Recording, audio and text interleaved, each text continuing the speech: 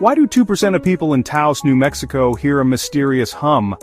Let's dive into this baffling phenomenon. The Taos Hum is a low-frequency noise that only a select few can hear. It's been described as a distant engine or a far-off rumble. But here's the kicker: no one knows where it comes from.